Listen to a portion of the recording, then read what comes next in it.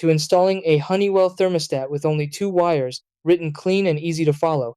First, turn off power to your HVAC system at the circuit breaker. This step is critical for safety and should never be skipped. Next, identify the 2 wires coming out of the wall. In most 2 wire setups, you'll see an R wire power and a W wire heating. These systems are usually heat only, such as boilers or furnaces. Now, connect the wires to the thermostat base. Insert the R wire into the R terminal and the W wire into the W or W1 terminal, then tighten the screws to secure them. If your Honeywell thermostat is battery powered, no C wire is required, and these 2 connections are all you need.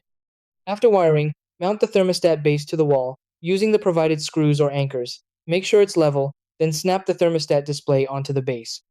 Finally, restore power at the breaker and test the thermostat by raising the temperature to confirm the heating system turns on. That's it. With a battery-powered Honeywell thermostat, a 2 wire installation is quick, safe, and fully functional for heat-only systems.